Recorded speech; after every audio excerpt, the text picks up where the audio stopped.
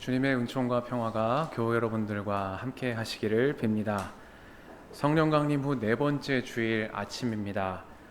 오늘 함께 은혜를 나누실 말씀은 창세기 21장의 말씀입니다.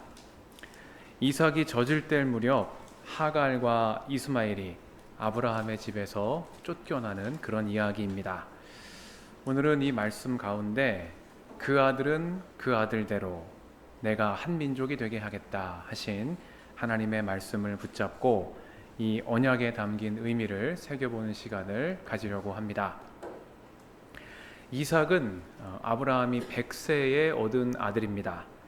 창세기 21장을 보면은 이삭은 그냥 태어난 아들이 아닙니다. 주님께서 말씀하신 대로 태어난 아들이고 사라에게 약속하신 것을 주님께서 그대로 이루어 주신 증거로 태어난 아들이고 또 바로 그때가 되어 태어난 아들입니다. 이삭은 단지 나이 많은 노부부가 낳은 아들이 아닙니다. 그는 하나님께서 아브라함에게 하신 축복의 언약을 이루시기 위해서 주님이 말씀하신 대로 주님께서 사라에게 약속하신 대로 바로 그때가 되어 주신 언약의 증거입니다. 오늘 하갈과 이스마엘이 아브라함의 집에서 쫓겨나는 이야기를 이해하기 위해서는 먼저 이렇게 이삭이 누구인지를 이해해야 합니다. 이제 아브라함의 집에 두 아들이 생겨나게 된 것이죠.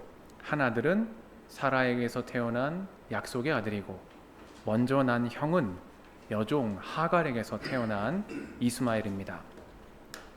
이 말씀은 하나님의 언약에 관한 말씀입니다. 하나님의 언약은 이삭을 통해 이루어지지만 하나님은 이스마엘도 버리지 않으시고 그 아들은 그 아들대로 살게 하신다라는 것이 오늘 제가 여러분과 나누고자 하는 말씀의 핵심입니다. 성경은 구약과 신약으로 이루어져 있습니다. 성경은 단순한 이야기가 아니고 하나님이 인간과 맺으신 약속에 관한 말씀입니다.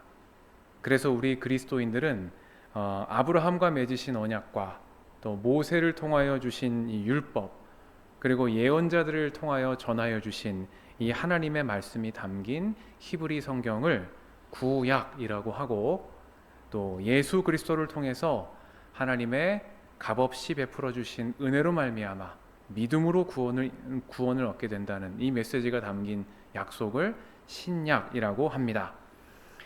예수님은 이 구약의 율법 안에 담긴 언약을 폐하러 오신 분이 아니라 이를 완성하러 오신 분이다라는 것을 우리가 알고 있습니다. 그래서 마태복음 5장 17절에서 예수님은 내가 율법이나 예언자들의 말을 폐하러 온 줄로 생각하지 말아라. 폐하러 온 것이 아니라 완성하러 왔다. 그렇게 말씀하셨습니다. 또 사도 바울은 로마서 10장 4절에서 이 예수께서 율법의 끝마침이 되셔서 모든 믿는 사람에게 의가 되어 주셨다. 그렇게 말씀했습니다. 그러니까 성경 구약과 신약은 옛 언약에서 새 언약으로 이어지는 하나님의 약속에 관한 말씀이고 이 하나님의 약속은 예수 그리스도를 통해서 완전히 성취되고 완성되었다라는 것이 우리 그리스도교의 입장입니다. 그래서 이 약속이 갖는 무게를 이해하는 것이 중요합니다. 성경 전체가 이 약속에 관한 말씀, 하나님이 인간과 맺으신 계약에 관한 말씀이기 때문입니다. 오늘 이삭과 이스마엘의 이야기도 바로 이런 약속의 관점에서 우리가 한번 이해해 보려고 합니다. 이삭이 태어났다는 것은 노부부가 귀한 아들을 얻었다는 것 이상의 의미가 있다라는 말씀을 드렸죠. 이삭이 태어났다는 것은 하나님이 아브라함에게 하신 약속이 이루어졌다라는 의미입니다. 여러분 아시는 창세기 12장에서 하나님이 아브라함을 부르시면서 말씀하시죠. 내가 너로 큰 민족이 되게 하고 너에게 복을 주어서 내가 크게 이름을 떨치게 하겠다. 그렇게 말씀하셨습니다. 너는 복의 근원이 될 것이다. 그렇게 약속하셨습니다. 그래서 아브라함은 75의 나이에 하란을 떠나서 미지의 땅 가나안을 향해 나아가게 된 것입니다. 이 약속은 한 번에 그치지 않았습니다. 아브라함이 흔들릴 때마다 주님은 그에게 당신의 약속을 떠오르게 하셨습니다. 창세기 15장 5절 말씀입니다. 주님께서 아브라함을 데리고 바깥으로 나가셔서 이렇게 말씀하시죠. 하늘을 바라보아라. 내가 셀 수 있거든 저 별들을 세어보아라. 그리고 그 다음에 이어지는 말씀은 뭡니까? 너의 자손이 저 별처럼 많아질 것이다 하는 약속입니다. 그리고 아브라함이 주님을 믿으니 주님께서는 아브라함의 그런 믿음을 의로 여기셨다, 그렇게 이야기합니다. 나중에 로마서에서 사도 바울은 창세기의 이 구절을 예로 들어서 아브라함은 믿음으로 의롭다 하심을 얻은 것이지 율법의 행위를 통해서 의롭다 하심을 얻은 것이 아니다라는 것을 논증해 갑니다. 이때는 모세의 율법이 주어지기 전이죠. 그렇기 때문에 율법 이전에 믿음이 있었다, 이렇게 사도 바울은 이야기를 하고 있는 것입니다. 하나님께서 인간적으로 흠결이 많은 아브라함을 의롭다고 하신 것은 율법의 행위를 따라서 그의 의로운 행동을 보고 의롭다고 하신 것이 아니라 하나님의 약속을 믿는 그의 믿음을 보시고 그를 의롭다고 하셨다, 이렇게 사도 바울은 이야기를 하고 있습니다. 그래서 바울은 예수 그리스도를 통해서 하나님께서 이루어 주신 이 구원의 약속을 믿는 믿음, 이 믿음이 우리를 구원한다, 그렇게 이야기를 하고 있는 것입니다. 유대인이나 이방인이나 구원은 하나님께서 베풀어 주시는 값없는 은혜에 대한 이 믿음을 통해서 얻게 되는 것이지 율법의 행위를 통해 얻게 되는 것이 아니다 라는 것이 여러분이 잘 아시는 로마서 1장부터 8장에 담긴 칭의에 관한 사도 바울의 핵심, 신학의 핵심입니다. 이 약속의 말씀을 깨닫는 것이 역사 속에서 많은 사람들을 변화시켜 왔습니다. 복음이 그 사람을 변화시킨 거죠. 종교개혁가 마틴 루터가 대표적인 사람입니다. 루터는 로마서를 읽다가 값없이 주시는 은총으로 말미암아 죄와 사망의 권세에서 해방된 자기 자신을 발견했습니다. 장 깔뱅도 마찬가지고요. 우리 감리교 운동의 창시자인 존 웨슬리도 1738년에 런던 올더스게이트 거리에서 어떤 모임에서 누가 마틴 루터의 로마서 서문을 읽는 것을 듣다가 이상하게 가슴이 뜨거워지는 그런 회심을 체험하게 되었습니다. 이 약속에 대한 말씀들을 들을 때 그들의 마음에 변화가 일어났다라는 겁니다. 그래서 성경을 약속이다, 언약이다, 이렇게 이야기를 하고 있는 것입니다. 이삭은 말하자면 이렇게 하나님의 약속 가운데 태어난 아들입니다. 그런데 갈등은 이 이삭이 젖을 뗄 무렵에 일어나죠. 영아 사망률이 높았던 시절에 아이가 젖을 뗄 무렵이 되었다라는 것은 온 가족이 함께 축하할 만한 일이었습니다. 그래서 창세기도 아브라함이 이삭이 젖을 떼는 날에 큰 잔치를 벌였다, 그렇게 말합니다. 그런데 이때 사라가 형 이스마엘이 이삭을 놀리고 있는 모습을 보게 됩니다. 이 장면을 전하는 창세기의 기록이 흥미롭습니다. 9절인데요. 이렇게 기록이 되어 있습니다. 그런데 사라가 보니 이집트 여인 하갈과 아브라함 사이에서 태어난 아들이 이삭을 놀리고 있었다, 이렇게 기록을 했습니다. 우리 새 번역은 놀리고 있었다, 이렇게 번역을 하고 있습니다만은 다른 번역본들을 살펴보면 이 낱말 히브리어 메차헤크에 대한 번역이 각기 다르다라는 것을 알 수가 있습니다. 메차헤크라는 낱말은요, 놀리다라는 뜻만 있는 게 아니고 놀다, 웃고 있다, 이런 뜻도 같이 있는 낱말입니다. 그래서 보기에 따라서는 이스마엘이 이삭을 놀리고 있는 것이 아니고 같이 웃으면서 놀고 있는 상황이다, 이렇게 볼 수도 있는 것입니다. 그런데 이런 상황이 사라의 눈에는 어떻게 보였습니까? 이스마엘이 이삭을 놀리고 있는 상황으로 보인 겁니다. 이런 추론에 힘을 실어주는 근거가 성경 안에 또 있는데, 사라가 이스마엘의 이름을 부르지도 않고 있다라는 사실입니다. 창세기는 사라가 이스마엘이라는 그의 이름을 부르는 대신 이 아이를 뭐라고 이야기합니까? 이집트 여인 하갈과 아브라함 사이에서 태어난 아들이다, 이렇게 말하고 있는 장면을 우리에게 전해주고 있습니다. 무슨 뜻입니까?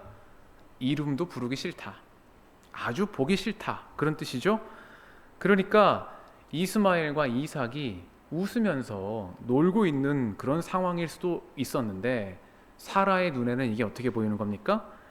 이스마엘이 이삭을 놀리고 있는 그런 상황으로 보였던 겁니다.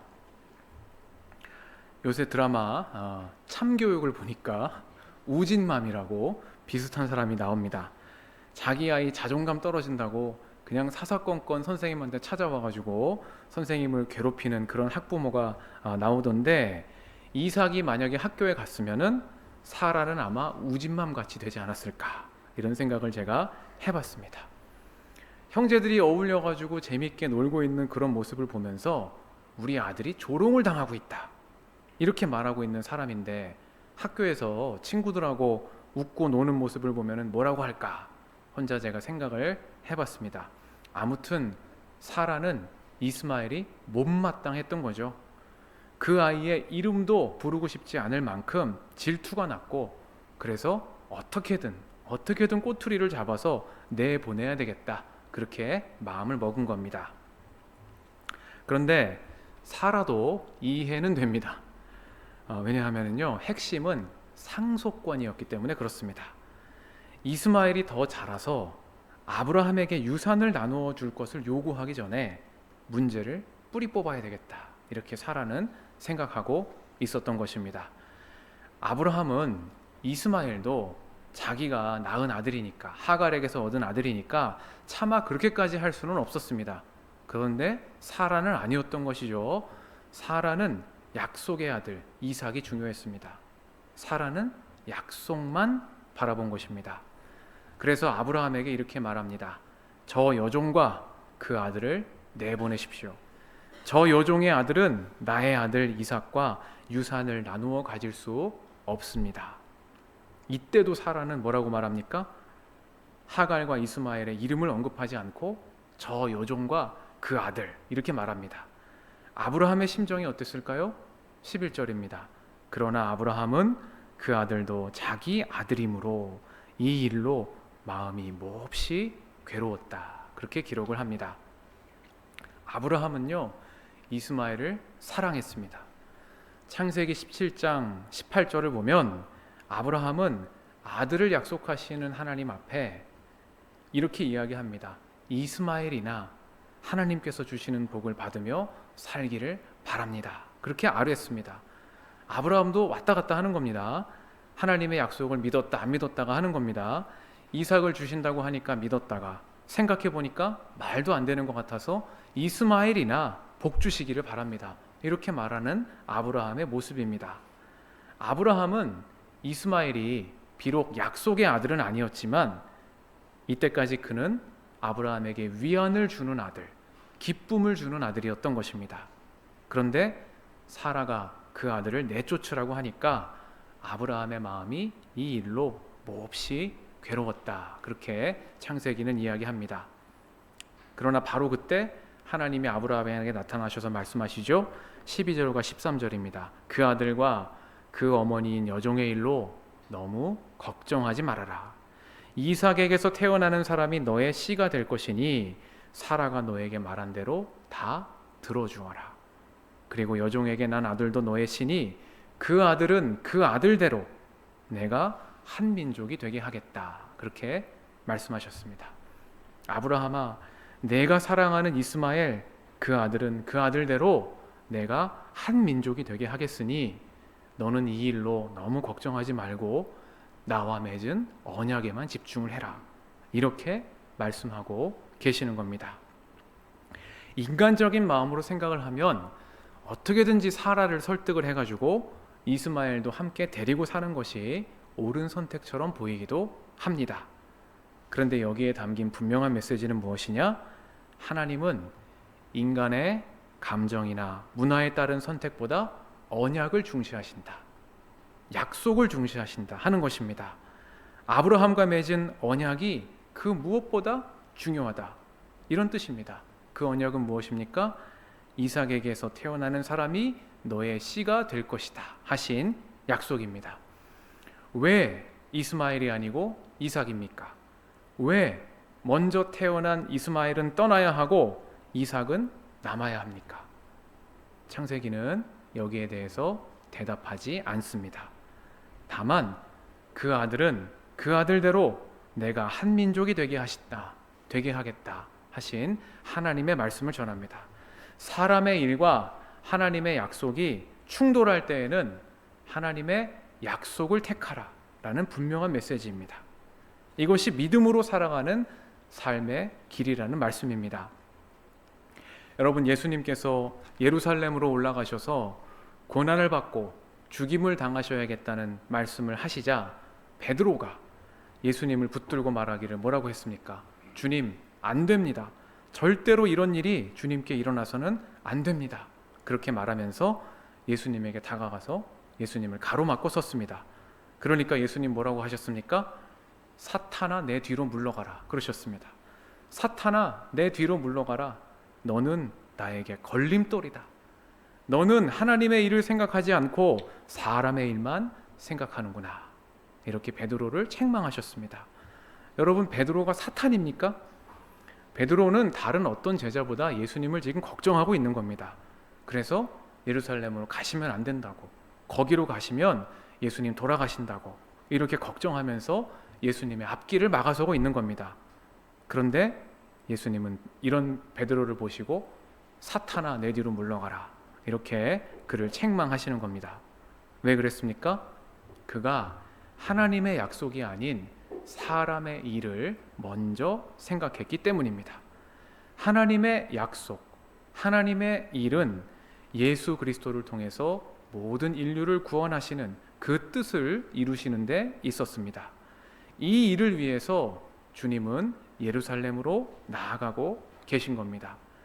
예수님에게는 사람의 일보다 하나님의 일이 앞섰습니다. 너희는 먼저 그의 나라와 그의 의를 구하여라. 그리하면 이 모든 것을 너희에게 더하시리라. 이것이 예수님의 말씀이고 그분의 삶을 이끈 원칙이었습니다. 창세기는 바로 이 원칙, 하나님의 언약에 충실한 삶의 원칙에 대해서 말하고 있는 것입니다. 이스마엘이 쫓겨난 것은 인간적으로 볼 때 안타까운 일입니다. 그러나 이 안타까운 일까지도 믿음으로 하나님께 맡기며 나아가는 것이 언약 백성의 길이다. 이렇게 창세기는 우리에게 이야기하고 있는 것입니다. 사람의 일과 하나님의 약속이 충돌할 때는 믿음으로 하나님의 약속을 바라보면서 은총의 새날로 약속의 내일을 향해 나아가라. 그런 메시지를 우리에게 전해주고 있는 것입니다. 그렇게 하면 그 나머지는 하나님이 맡아서 하신다라는 겁니다. 그 아들은 그 아들대로 내가 한 민족이 되게 하겠다 하신 주님의 약속을 믿고 우리는 믿음으로 우리의 나아가야 할 길로 담대히 나아가야 하는 것입니다.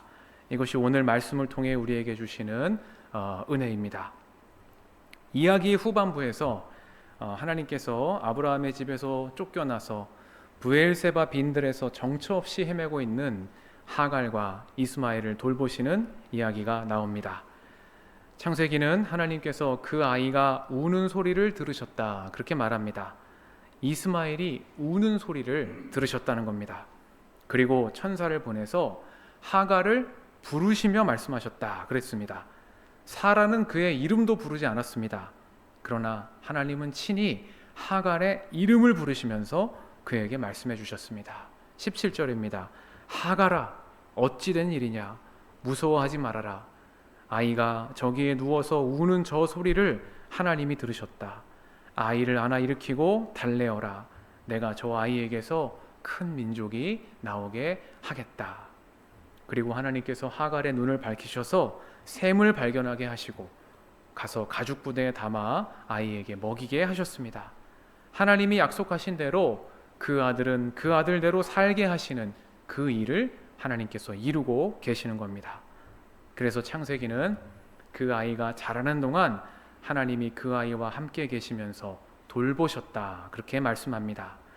아브라함은 하나님의 언약을 따라 하갈과 이스마엘을 내보낼 수밖에 없었으나 하나님은 그들을 버리지 않으시고 늘 함께 계시면서 돌보셨다 하는 말씀입니다. 하나님이 아브라함의 믿음을 보시고 아브라함이 하나님의 언약을 따라 이스마엘을 내보내므로 이삭도 살고 이스마엘도 살게 되었다. 그 아들은 그 아들대로 살게 하시는 하나님의 은혜가 이삭과 이스마엘 모두에게 임했다 하는 말씀입니다. 여러분, 만약에 아브라함이 인간적인 생각에 사로잡혀서 이스마엘을 그대로 두었다면 어땠을까요? 어쩌면은 이삭과 이스마엘이 장성하면서 갈등이 걷잡을 수 없이 커지고, 그래서 이삭도 잃어버리고 이스마엘도 잃어버리는 최악의 상황을 맞이할 수도 있었을 것입니다. 그러나 아브라함이 믿음으로 행함으로 그 아들은 그 아들대로 살게 되는 은혜를 이삭과 이스마엘이 모두 누리게 된 줄 믿습니다. 사랑하는 교우 여러분, 오늘은 창세기 21장이 전하는 말씀으로 여러분과 은혜를 나눴습니다. 사람의 일과 하나님의 약속이 갈등을 빚을 때 우리는 믿음으로 하나님의 약속을 택하는 삶이 되기를 축복합니다. 성경은 하나님의 언약에 관한 말씀, 하나님과 맺으신 약속이 중심이 되는 이야기입니다. 이 약속 안에서 이 약속을 붙잡고 살아갈 때 우리는 하나님이 베풀어 주시는 복락에 이르는 삶이 될 줄로 믿습니다. 우리 인생의 여정에서 여러분과 저는 때로는 이삭의 자리에 있기도 하고 이스마엘의 자리에 있기도 합니다. 그러나 이 모든 순간에 그 아들은 그 아들대로 살게 하시고 큰 민족이 되게 하시는 임마누엘 하나님의 은혜가 우리에게 임하는 줄 믿습니다. 이 믿음 안에서 신실하신 주님의 약속을 붙잡고 날마다 은총의 새날로 나아가는 저와 여러분, 그리고 우리 교회에 속한 모든 형제자매 여러분 되시기를 주님의 이름으로 간절히 축원합니다. 아멘.